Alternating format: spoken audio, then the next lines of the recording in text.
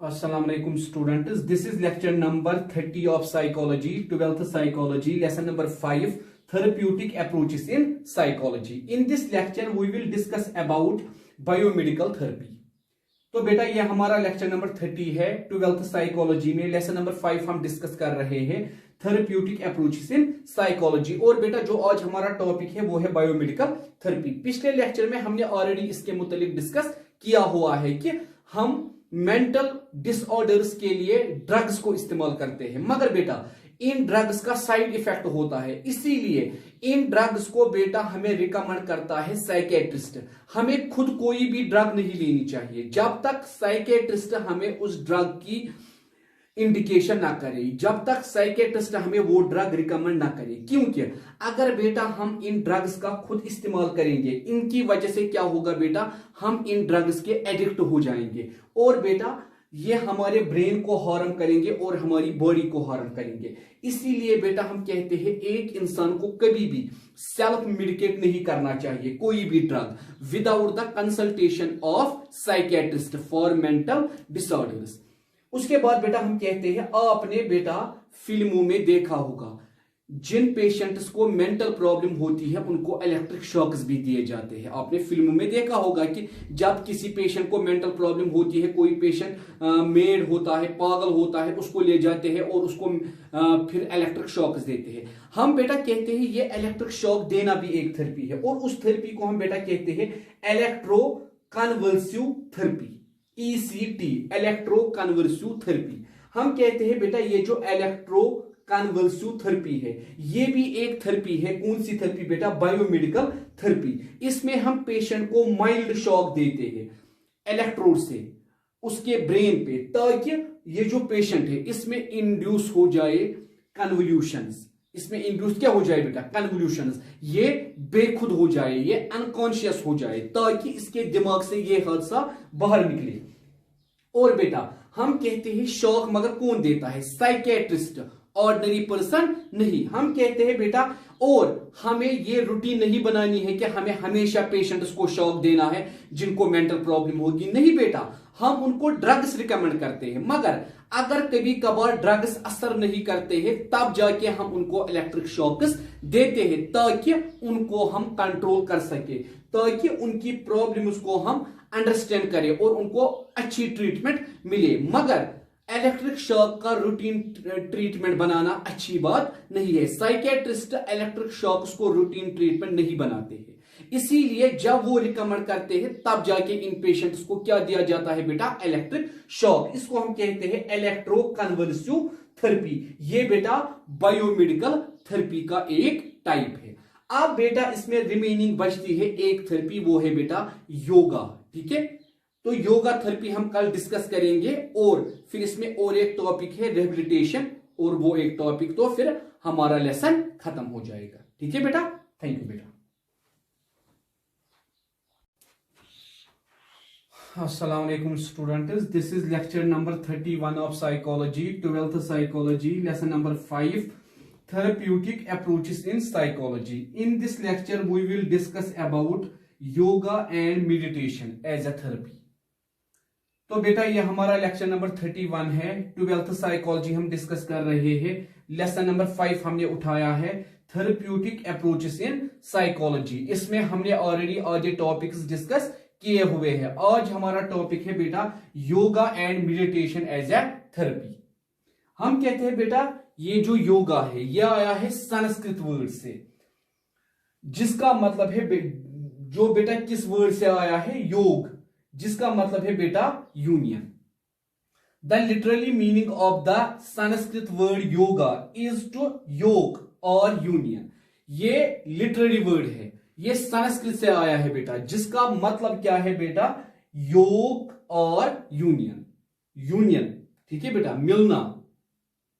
Accordingly, yoga can be defined as a means for uniting the individual spirit with the universal spirit of God. इसीलिए हम योगा को define करते हैं। ये वो प्रोसेस है जिसमें एक इंडिविजुअल अपने स्पिरिट को कोशिश करता है मिलाने की, किसके साथ, गॉड के स्पिरिट के साथ। Accordingly, yoga can be defined as a means for uniting the individual spirit with the universal spirit of God. Yoga is commonly called today the asanas और बॉडी पोस्चर, मगर आज हम कहते हैं योगा क्या का मतलब क्या है? अपनी बॉडी में अपनी बॉडी की पोजीशंस को मेंटेन रखना या बॉडी पोस्चर को मेंटेन रखना, कंपोनेंट्स और टू ब्रीथिंग प्रैक्टिसेस या अपनी ब्रीथिंग प्रैक्टिसेस में इंप्रूवमेंट लाना, और प्राणायाम या बेटा अपने शरीर में अलग अलग मूवमेंट्स को लाना. Patanjali compiled and refined various aspects of yoga systematically in his famous treatise known as Yoga Sutra. Patanjali एक योगिस्ट था जिसने बेटा एक ट्रीटाइज लिखी जिसका नाम उसने योगा सूत्र रखा, जिसमें उसने क्या बोला बेटा? जिसमें उसने बोला 8 fold path of yoga. Yoga 8 fold path है, ठीक है. योगा में 8 फोल्ड्स होते हैं, मतलब योगा में 8 स्टेप्स होते हैं, ठीक है. For the overall development of personality, जिससे एक इंडिविजुअल की पर्सनैलिटी डेवलप होती है. These are all development of human personality. और ये 8 फोल्ड्स, ये 8 पाथ्स योगा के एक इंडिविजुअल की ह्यूमन पर्सनैलिटी को बढ़ाता है, ठीक है बेटा. मतलब बेटा हम कहते हैं योगा वो थेरेपी है.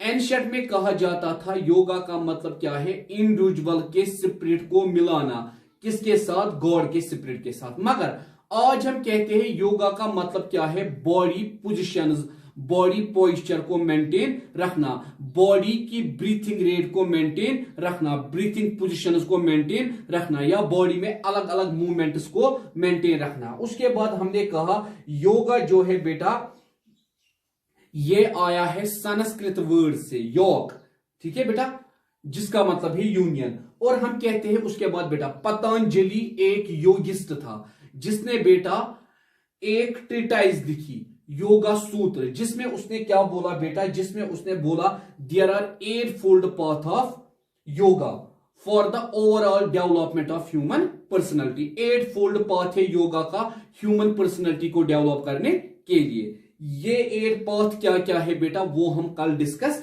करेंगे, जिससे हमें पता चलेगा कैसे ह्यूमन बीइंग्स की पर्सनैलिटी इंप्रूव होती है, ठीक है बेटा. थैंक यू बेटा.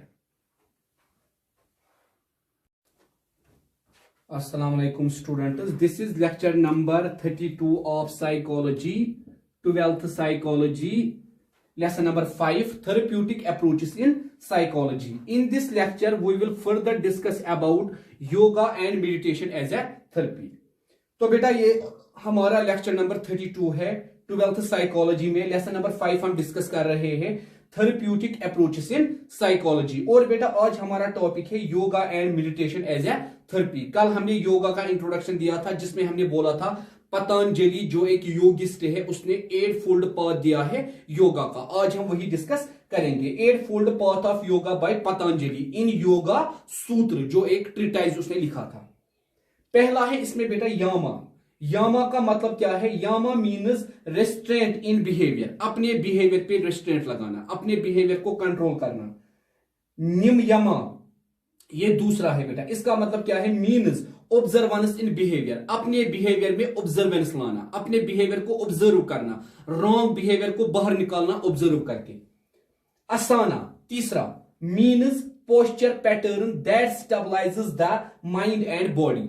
ऐसा पैटर्न, ऐसा पोस्चर जो स्टेबलाइज करता है हमारे माइंड और हमारी बॉडी को.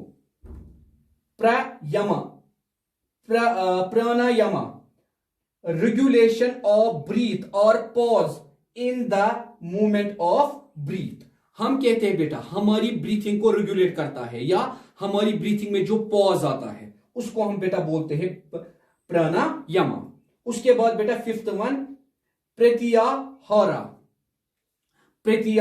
Pratyahara it is a purely psychological technique which means withdrawal of mind from all senses. ये एक ऐसी साइकोलॉजिकल टेक्निक है जिससे हम अपने माइंड को दूर रखते हैं. किनसे बेटा?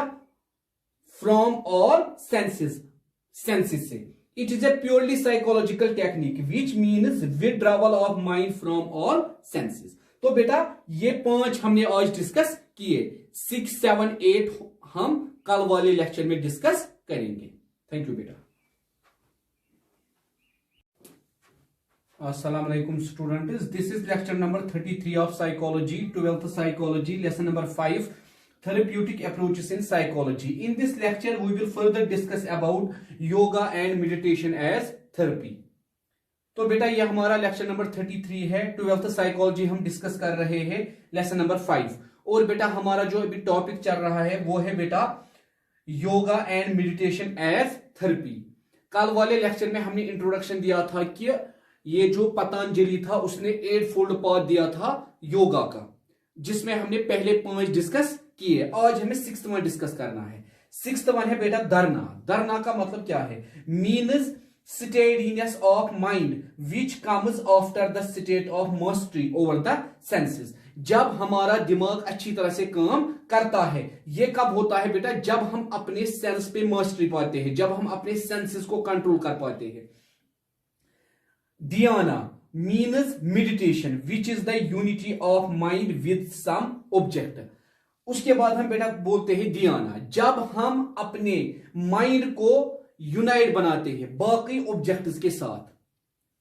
उसके बाद है बेटा 8th वन समाधि। समाधि when the awareness of oneness is carried to the extent of even forgetting this act of become one with the thought of it is called the state of samadhi। जब हम aware हो जाते हैं अपने आप से, और बेटा जब हम अपने आप से अवेयर हो जाते हैं, जब हम कोई चीज नहीं भूलते हैं, जब हम में ये कैपेसिटी आती है, हम अपने हर एक चीज से अवेयर होते हैं, अपने माइंड से अवेयर होते हैं, अपने बिहेवियर से अवेयर होते हैं, अपने बिहेवियर में ऑब्जर्वेंस लाते हैं, इस सारी चीज को हम क्या बोलते हैं? समाधिया। तो बेटा पतंजलि ने ये 8 फोल्ड दिया था योगा का, योगा सूत्र में। और बेटा हम कहते हैं योगा को हम इस्तेमाल करते हैं बहुत सारे मेंटल डिप्रेशन को दूर करने के लिए।